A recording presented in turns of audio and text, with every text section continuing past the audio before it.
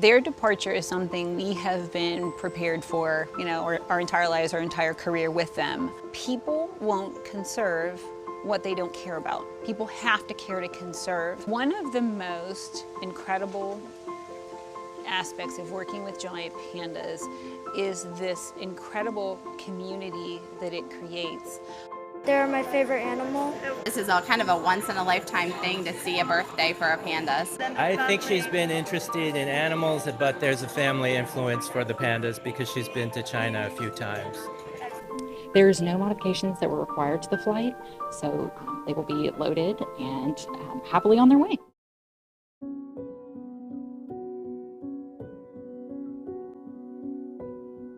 It is necessary for them to go back, especially the younger pandas. They're going back to contribute to a healthy, viable population, to make sure that the captive population maintain the highest degree of genetic diversity. Not only be here, but actually be part of the entire healthy population to contribute. It is absolutely good for the conservation. Pandas are wonderful to host here, but it's definitely time for our cub, the little miracle, to head back and start to help with producing new little miracles in China, that he goes back and helps the larger. 每天和天天有高血压、关节炎、腹水等老年大熊猫的常见疾病，在动物园医疗团队的定期的检测、治疗和饲养员的精心照顾下，相关的这些症状已经得到了很好的控制。目前3只大熊猫的精神状况、活动、食欲以及排泄都正常。3只大熊猫的目前的状态良好。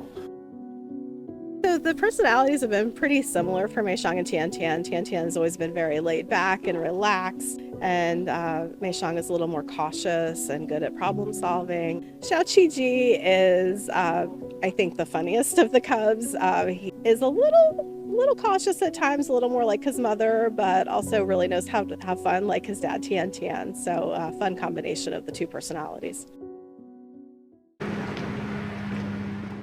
Tian Tian and Xiao Qiji on their upcoming journey to their homeland. And including this move, FedEx has actually supported moving 15 pandas on 10 separate flights over the past 2 decades. We originally brought over Mei Xiang and Tian Tian from China to the Smithsonian's National Zoo in 2000, and we've since transported back 3 of their other cubs, including Taishan in 2010 and Bao Bao in 2017, Bei Bei in 2019. So we are excited. So the flight will originate at the FedEx Express Global Headquarters in Memphis, Tennessee. It will fly up to Washington, D.C., where it will, on the day of departure, we will have the pandas go into their shipping enclosures, and they will be trucked back to the Washington Dulles International Airport.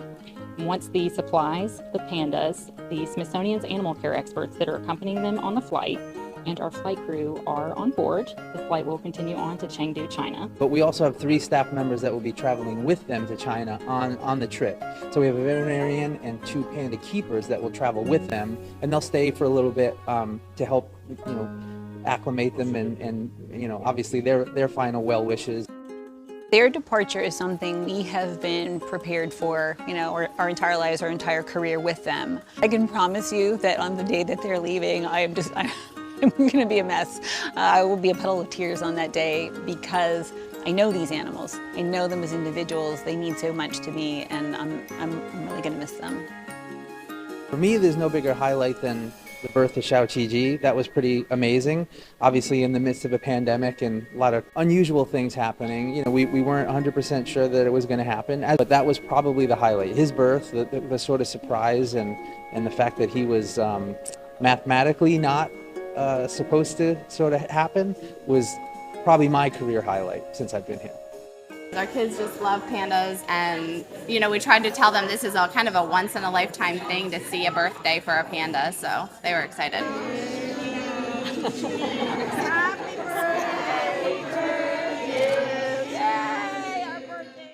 Scientists who have a deep knowledge of different fields of expertise. For example, population biology, reproduction, and these are people who have really helped us move the needle forward on panda conservation. But then you combine this with the scientists in China who have this incredible understanding of the species, their history, their habitat, their behavior, and you put those together, and that really is the key for our conservation success.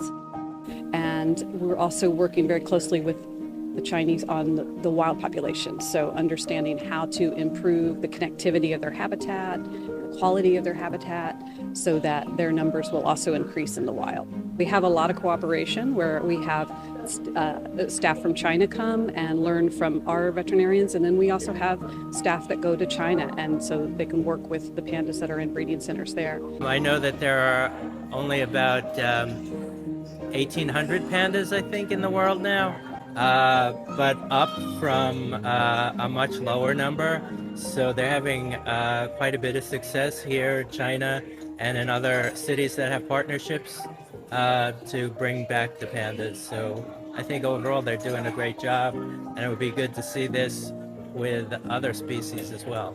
So I think things that have resulted with the collaboration are there's been more survival of cubs when the twins are born. There's more survival of that second twin, whereas before not a lot was known of how to have them survive. But also a lot has been learned about panda reproduction. We've learned a lot about kind of the healthy parameters of pandas, like the blood values as far as just like when humans go in and get their blood taken to make sure they're healthy. We know that for pandas now from the collaboration over the years. We have learned about the care of the elderly pandas, and we've had a Chinese colleague here that's been watching what we do specifically here at the National Zoo for the care of Meishan and Tian. So whether it's working on the pandas here or the pandas that are in the breeding centers doing research, we've learned so much about their health and how to improve their care. And then we've also learned a lot about what they need in the wild. And that's been an important part of why their numbers, their population is increasing in the wild. And now to the point where they have been downlisted, they're no longer considered endangered. So I think it's amazing things that we've done together. What will happen after the pandas are gone? Well, in terms of the work that I do, it won't really change because we'll still be working together for the conservation of giant pandas, regardless of whether we have pandas here at the zoo. I wish them the best. I'm going to miss them. I'm excited for them because I think it's wonderful that they're going back to China, but we'll miss them very much. So we hope they do well and have a safe trip. Yeah, I mean, on behalf of all the staff here, again, it's certainly bittersweet. We certainly wish them well. We loved having them here. We'll miss them immensely. But, it is though sort of the finishing the thing that we started 23 years ago, which we're happy about that part. We're also happy that we're sending 3 pandas back. Like I said before, mathematically, we shouldn't have 3 pandas to send back based on Mei Xiang's age and everything. So we're really happy that we have 3 healthy, well-adjusted pandas to send back to China too.